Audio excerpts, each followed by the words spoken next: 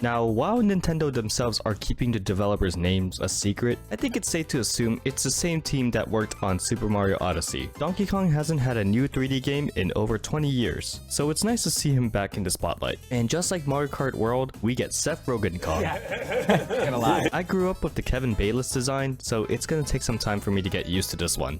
I will say, the new look lets him emote far more than his previous design. Anyways, I digress. While Mario jumps, DK punches. In this game, he can punch in 3 directions: straight ahead, upward, and downward. You can punch downward all the way to the bottom of the world, but thankfully, you can freely climb back up. In fact, I think you can break most terrain. You can't punch anything metal. You can also dig out a piece of the surface from where you're standing, and you can either chuck it, swing it, or ride on it. There's also terrain that can only be destroyed by explosives. At one point in the demo, there's terrain that can't be broken down by punching. So what do? You grab a piece of explosive surface and throw it. I can only imagine how much more creative this game can get. Similar to Mario Odyssey, the objective is to simply collect bananas. They're usually either found during what I presume is the main mission, hiding somewhere in the walls, or doing short missions where I kill a certain amount of enemies within a time limit. DK does have an echolocation radar that he activates by slamming on the ground with a press of the R button. Finally, the map is real time, meaning whatever terrain you break, your map will match it. Out of all the first party Switch 2 games I played, this is the only one I noticed some slight frame drops. I'm sure this will be polished by the final release, but it was something I noticed. Overall,